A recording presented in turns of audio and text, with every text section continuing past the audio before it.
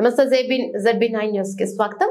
Ramagundam police commissioner M Srinivas IPS ఆదేశాల మేరకు Ramagundam police commissionerate Peddapalli police station పరిధిలో యాంటీ డ్రగ్స్ అవేర్నెస్ ప్రోగ్రామ్ లో భాగంగా గాయత్రి జూనియర్ కాలేజీలో పెద్దపల్లి సిఐ ఆర్ కృష్ణ ఆధ్వర్యంలో విద్యార్థులకు అవగాహన కార్యక్రమాన్ని ఏర్పాటు చేశారు.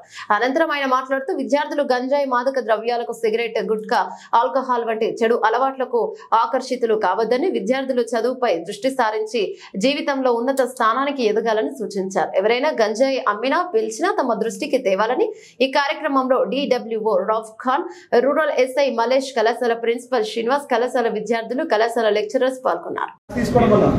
వికారం, వాంతులు, కోమ, నోరు పొడిపారడం, మగత, ఎర్రబడ్డ చర్మం, తీవ్రమైన దురద, హార్ట్ ఆగిపోవడం, స్లోగా కొట్టుకోవడం, శ్వాస ఆకలి తక్కువ కావడం, మలబద్ధకం, తేలికపాటి తలనొప్పి, మైకం, మగత, చెమటలు పట్టడం, ఒడినోరు, ఇవన్నీ చాలా సమస్యలు, హెల్త్ ప్రాబ్లమ్స్.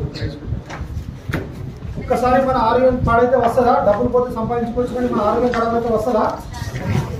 పిల్లలు, మీరు ఇప్పుడు చిన్నపిల్లలు, తర్వాత మీకు చెప్తున్నాము, ఏదైనా గొడవలో కానీ, డ్రగ్స్ తీసుకోవడం వల్ల కానీ, ఎనీ ఎలక్షన్స్లో మనం ఏం చేస్తే ఎలక్షన్స్లో గొడవ జరుగుతాయి, ఆ గొడవలో కానీ మనం ఇన్వాల్వ్ అయితే మీరు చదువుకున్న చదువుకి అర్థం ఉండదు.